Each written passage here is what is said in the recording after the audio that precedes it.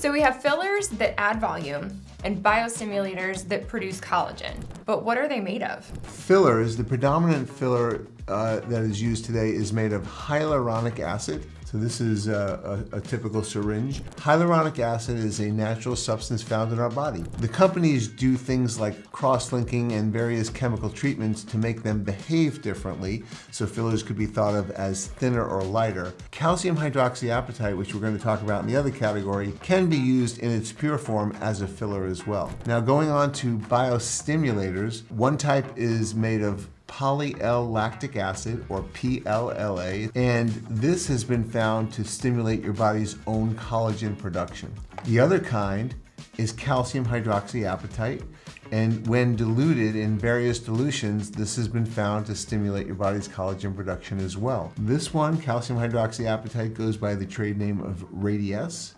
And this one, the PLLA, goes by the trade name of Sculptra. So we have all these amazing products. Why would we choose to use one over the other? Yeah, we get asked that a lot. And you know, it really depends on the injector's goals, the patient's goals, and how you come up with a plan together. So if you want to think about it this way, hyaluronic acid fillers fill volume, so you see it right in front of your eyes. It's kind of cool. We love that magic moment in the mirror. So what you see is what you get to some extent. There is some settling. Biostimulators, on the other hand, you gotta have some patience. You initially see a little volume because there's water in them, but then it goes down. So this is a 6 to 8 week process, maybe longer, depends on the patient's own body's production of collagen. And sometimes with the biostimulators, it can take 2-3 sessions in a year the first time till you see some results. You have to cater it to what the patient wants and what you're looking for.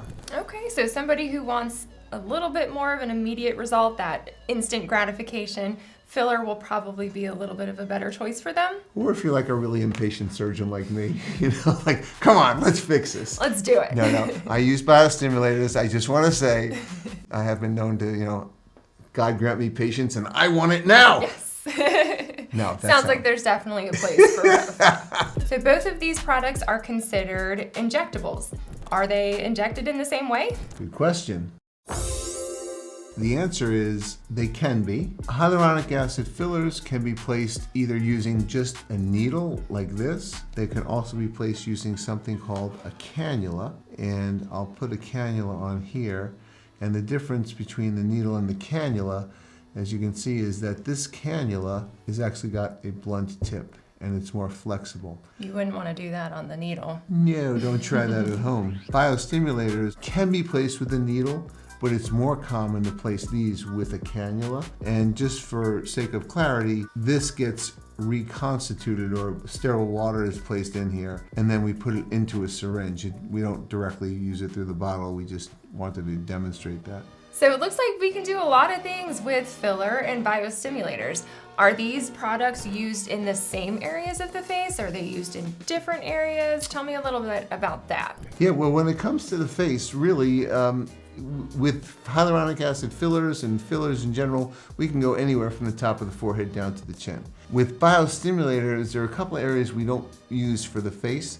One is the lips, because there's more chance of getting nodules with biostimulators there. We also don't use biostimulators in the very, very thin skin around the eye or in the very, very thin skin covering the nose. There's just not enough subcutaneous tissue to get the fibroblasts to produce collagen, because the biostimulators need to be placed in a layer where these cells called fibroblasts are, and if there's just really thin tissue, there's not much there. Truthfully, you wouldn't use a biostimulator in the forehead for the same reason. There's just so thin before you get to the muscle and the bone, there's just not enough subcutaneous tissue in that area. But all the other areas we would.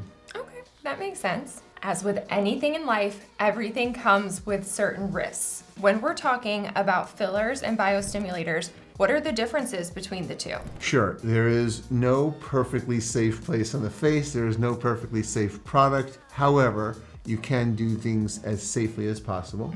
But there are risks. You know, one of the biggest risks, well, the biggest risk that injectors think about is vascular occlusion, also known as a VO. And this is when a product gets placed into an artery, it blocks up the blood supply to the tissue that the artery supplies, and eventually that tissue doesn't get oxygen and the tissue can die.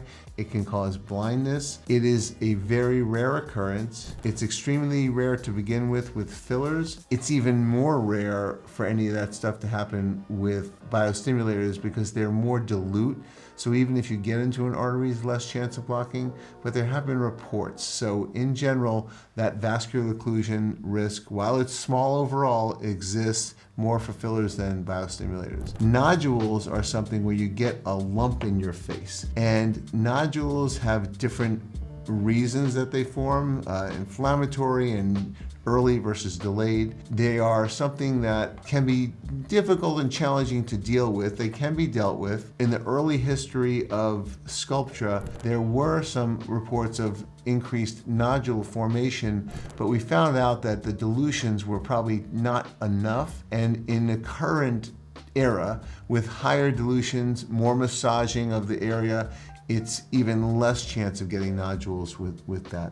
But any of them can form nodules. And then of course, a poor aesthetic outcome can happen with any of these. And you also have the temporary kind of things that you could expect from putting a needle in someone's face or a cannula, bruising, swelling, that type of thing. So those are the main things that we think about with that.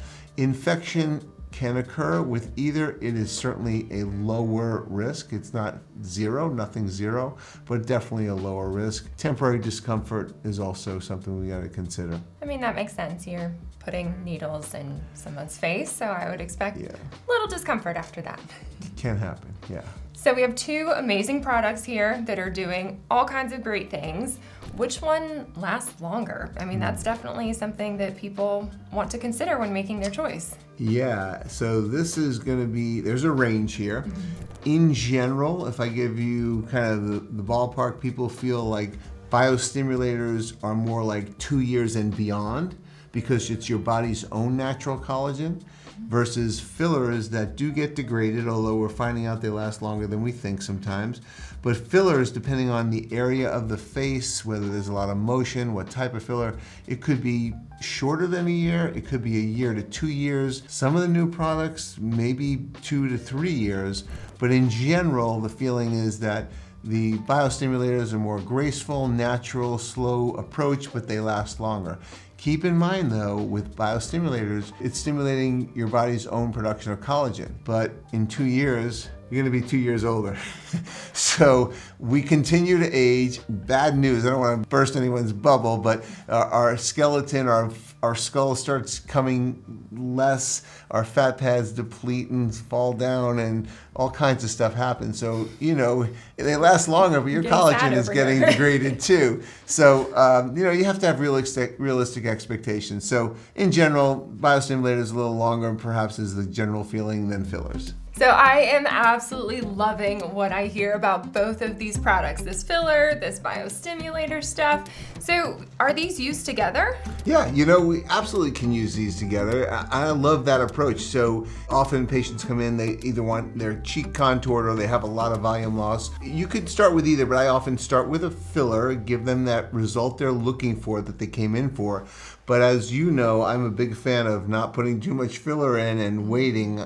So I will talk to them about a longer term plan where they come in and get one of the biostimulators, maybe just one vial for the year, maybe 2 or 3 times. But it's a great long-term plan instead of constantly putting fillers. So you got that immediate pop, but then you have this longer-term plan where they're building their own collagen. So I love that. And there is a product called Harmonica, which combines hyaluronic acid filler with some calcium hydroxyapatite. However, we don't have it here in the US yet. So as of this date, we don't, but we will. So that will be another tool in our toolbox we can add to the filler armamentarium. I love that word. And it'll be just another way to help our patients, you know, gain confidence that they want to do, because that's the goal. That's the goal. Yeah. So what is post-care like for filler versus a biostimulator? You know, there are a lot of similarities, but there are some major differences. For post-care with fillers, we tell patients not to massage their face and avoid things that are going to put heavy pressure on their face. On the other hand, for biostimulators, we actively want them to massage their face in terms of getting the product distributed. So we want them to be moving the product around, and we'll ask them to massage like 5 times a day.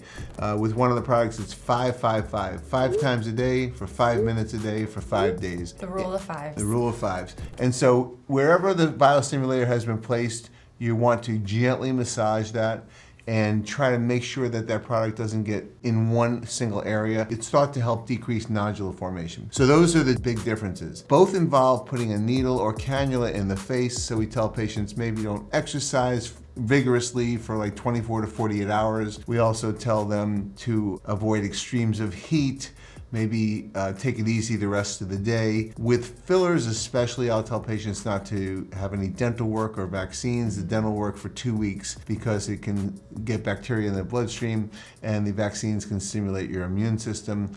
It's really not as much of a problem with the biostimulators. So similarities and differences, and certainly the risk of vascular occlusion. We always tell patients to call if there's anything weird, they think anything's going on, and that goes for either of those. So are there any other things that we haven't talked about yet? There is one I think of. The biostimulators, we will use them in body parts off the face, such as the neck, the décolleté, the elbows where we get crepey skin, behind the knees where we get crepey skin, the thighs, the buttocks, and the skin.